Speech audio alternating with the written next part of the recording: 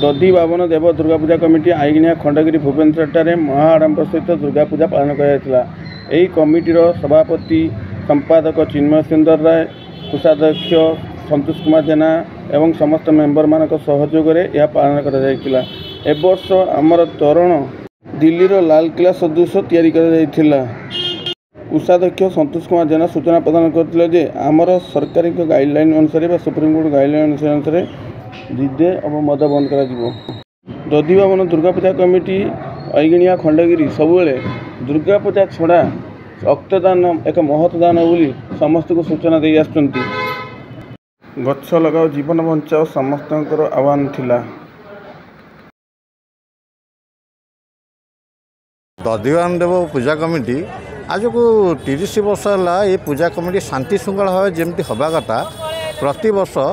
माँ दुर्गा पूजा सेमती सर्वोत्त होची एवं प्रति वर्ष आम नुआ नुआ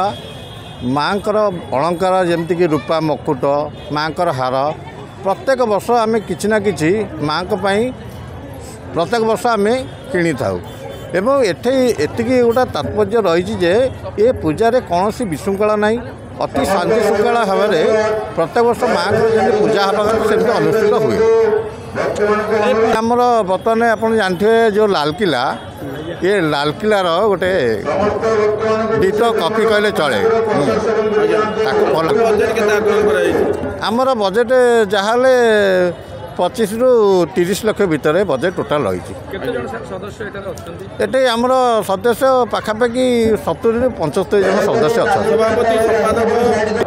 प्लस आमर चिन्मय सुंदर अच्छा सेक्रेटरी मु संतोष कुमार जेना अच्छी कैशियर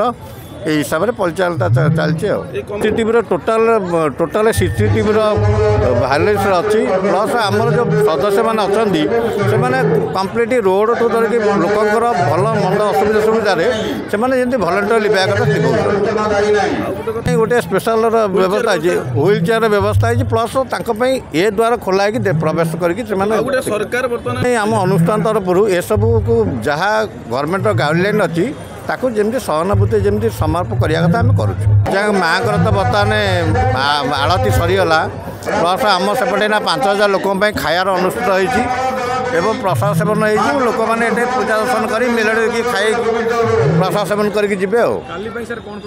काली आमर नयापल्ली आमर भसाणी प्रोग्राम अच्छी आम हाँ आम सब नयापल्ली मेढ़ी मिसिकी आम रात 7टा 8टा सुधा आम विसर्जन कर 30 वर्ष आउ 20 वर्ष बोले गवर्नमेंट देव पूजा कमिटी आम प्रति वर्ष ब्लड डोनेशन करते आम भलेंटियर पिला प्रति वर्ष माँ पाई गछटी तो आमर ये कंपाउंड भर जी लगे कि प्रति वर्ष ब्लड डोनेट करा जाए।